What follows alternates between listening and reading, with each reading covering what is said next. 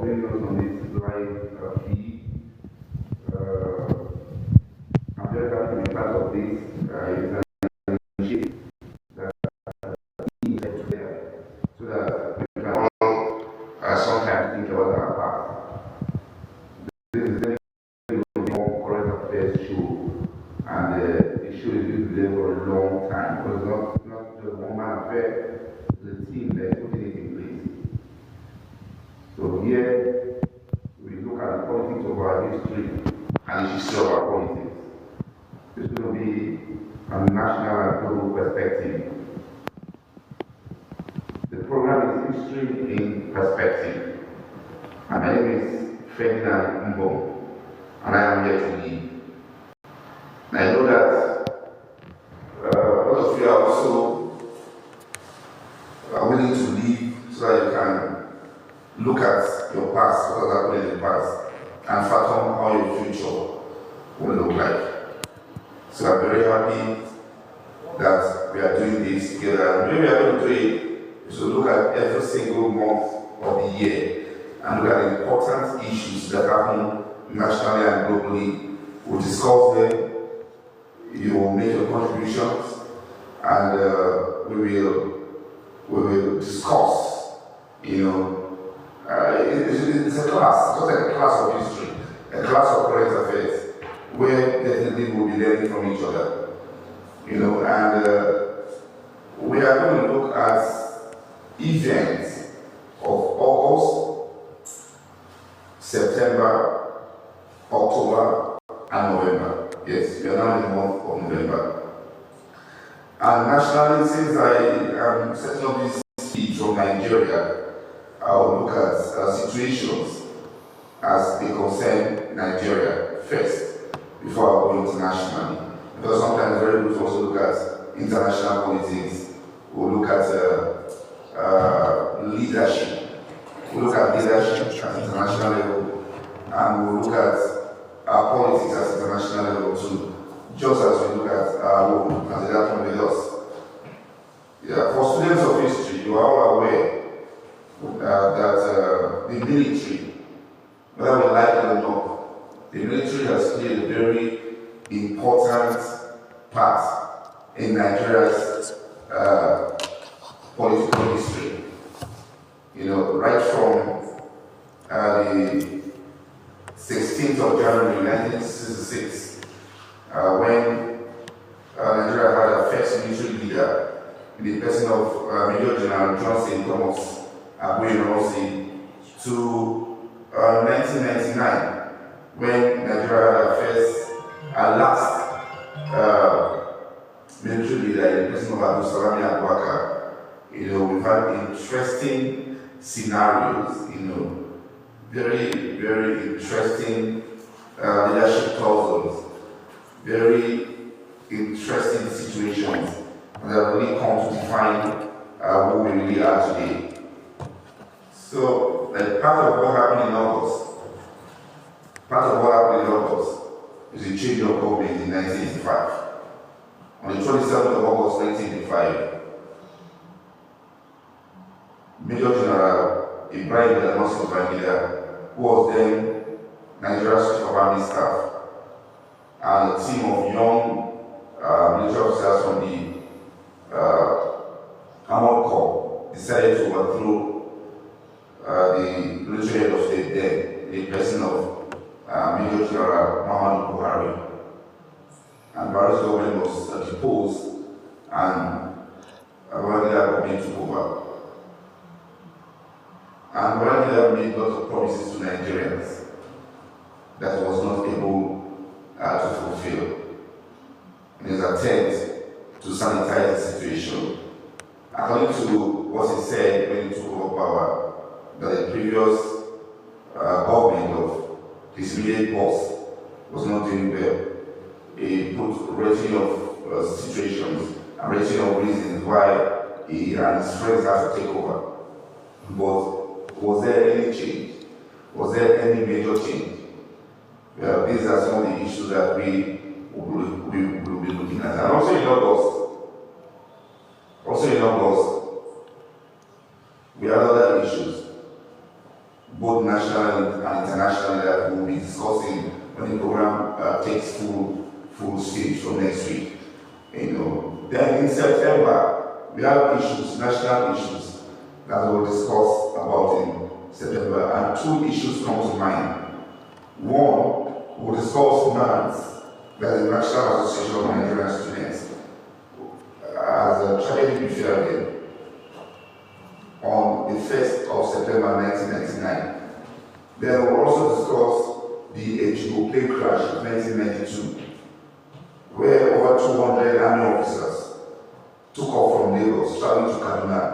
Officers who were undergoing training at the Command and Staff College in Jaji. And 3 minutes after takeoff, the C-130 Hercules plane was dive into the swamp of Ejigbo. And everyone on board perished. We'll talk about that, we'll look at the issues that led to that plane crash. And we have on good authority that the plane was faulty. That plane shouldn't have taken off. We'll discuss all that. And we'll look at what happened after the accident. Was there an investigation? What was the result of investigation? We'll look at that.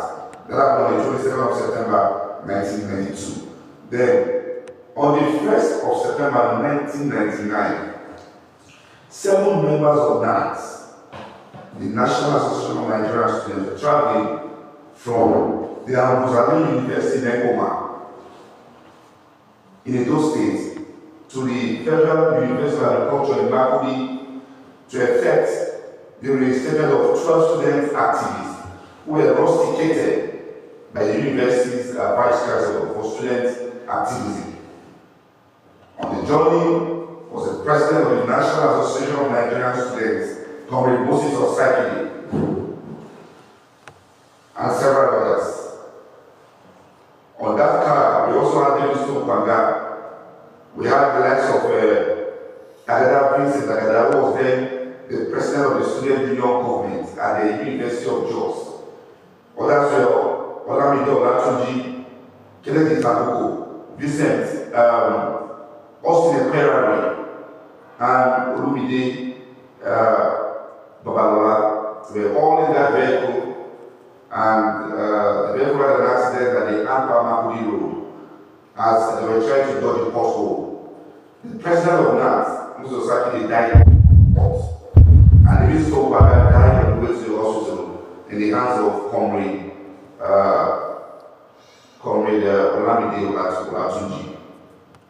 So that is one issue we are going to really discuss. The struggles that Nigerian students have had over the years, and how painfully these struggles have been in some situation, and how it has only shaping struggle for justice. It has only shaping the Second World War. The Second World War remained the deadliest and most expensive conflict in human history, with over 100 million casualties worldwide, particularly women and children. And in this casualty rate, 2 nations have more than half of the casualty rate, China and Russia. Russia lost over 20 million people in World War II, while China lost over 30 million. And I'm surprised that some people are still craving for war. War is such a good thing. There's international politics and international diplomacy. 1987, yeah. 1987, October of 1987 was murdered by a parcel bomb. We'll subject that assassination into in-depth analysis and bringing some members of the security apparatus, at that time, that are still alive, to put in their own at that point in time. We'll look at that. We'll also look at the situation of October 25, 1993, where 4 Nigerian teenagers, absolutely dissatisfied with happenings in the country, decided to take the laws into their hands by hijacking the Nigeria Airways Boeing that was taken off from Lagos to Abuja with 193 passengers on board, including the then incumbent vice president of China on board. Their grounds was that they wanted democracy to stand. These young boys, the youngest of them was 18 and the oldest of them was 19 years. They hijacked this plane and diverted the plane to Nani in the Niger Republic. They wanted MKO Abiola to be reinstated as the president of Nigeria because they felt that the election was fair and fair and there was no reason for the election result to be annulled.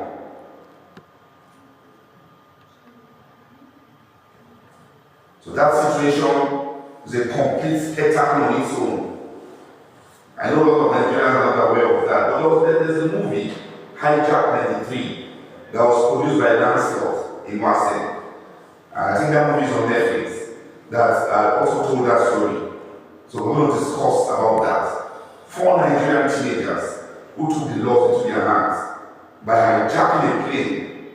You know, that's an awesome story. The 4 of them are still alive today.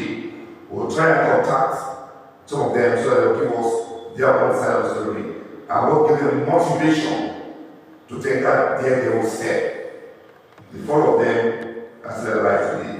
And we'll get to their full identity and tell you about some of them. Also in October, we'll look at international politics. We'll look at the assassination of Burkina Faso President Thomas Sankara. We'll look at his assassination. Then in November, we'll look at the killing of the Ogoni 9 and their leader, Ken Saro-Wiwa, in 1995. We'll look at the assassination of President John F. Kennedy on the 27th of November 1963. And several others. So you see what we are saying? It's going to be an absolute epic. So stay tuned for Issues in Perspective. We're going to be coming live on radio and also be on all your social media platforms, Facebook, TikTok, YouTube, and also other social media sites. LinkedIn will always create avenues where the whole world can be part of this. My name is Mbum Ferdinand, and I have a very wonderful team with me. And with time, I will tell you about the identity. But please note that we are all in this together. Thank you.